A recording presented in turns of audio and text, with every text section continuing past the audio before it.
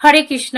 আগামী 31শে আগস্ট রোজ রবিবার শ্রীমতী রাধারানীর শুভ আবির্ভাব তিথি।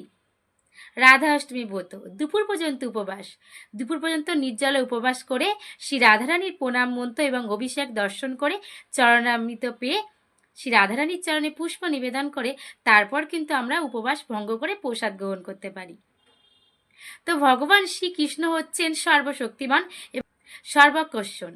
সেই সর্বশক্তিমান এবং সর্ব আকর্ষণকে আকর্ষিত করে কিন্তু শ্রীমতী রাধারানী। তাই আমরা যদি শ্রীমতী রাধারানীর কৃপা লাভ করতে চাই তাহলে অবশ্যই কিন্তু আমাদের রাধা অষ্টমী ব্রত পালন করা উচিত। 1,00,000 একাদশীর ফল লাভ হয় একটি মাত্র রাধা অষ্টমী ব্রত পালন করলে। 1,00,000 কন্যাদানের ফল হয় একটি মাত্র রাধা অষ্টমী ব্রত পালন করলে। তাহলে আপনারা কেন রাধা অষ্টমী ব্রত পালন করবেন না? সবাই মিলে রাধা অষ্টমী ব্রত পালন করুন এবং রাধারানীর অহেতুকী কৃপা লাভ করুন। আসুন জেনে নিই যে আমরা কিভাবে রাধা অষ্টমী ব্রত পালন করতে পারি। রাধা অষ্টমীর দিনে ব্রহ্ম মুহূর্তে স্নান আদি করে তারপরে আপনাদের গৃহে যদি রাধাকৃষ্ণের বিগ্রহ থাকে তো অবশ্যই রাধাকৃষ্ণের বিগ্রহতে পঞ্চামৃত জল পুষ্প দিয়ে ঠিক 12টার সময় অভিষেক করবেন। আর যদি বিগ্রহ না থাকে তাহলে চিত্রপটে অভিষেক করতে পারেন।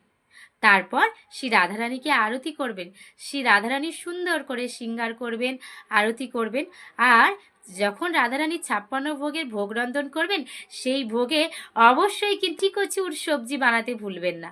আর রাধারানীর প্রিয় হচ্ছে গাঁটি কচুর সবজি এবং রাধারানীর প্রিয় ফল হচ্ছে আতা ফল, আর মিষ্টান্নর মধ্যে হচ্ছে প্রিয় হচ্ছে ক্ষীর। তো এগুলো অবশ্যই রাধারানীর জন্য বানাবেন। এবং রাধা অষ্টমীর দিনে বিশেষ করে হরিনাম জপ করবেন, বেশি বেশি করে মহামন্ত্র জপ করবেন এবং সর্বক্ষণ রাধে রাধে বলতে থাকুন। সবাইকে রাধা অষ্টমীর অনেক শুভেচ্ছা রইল।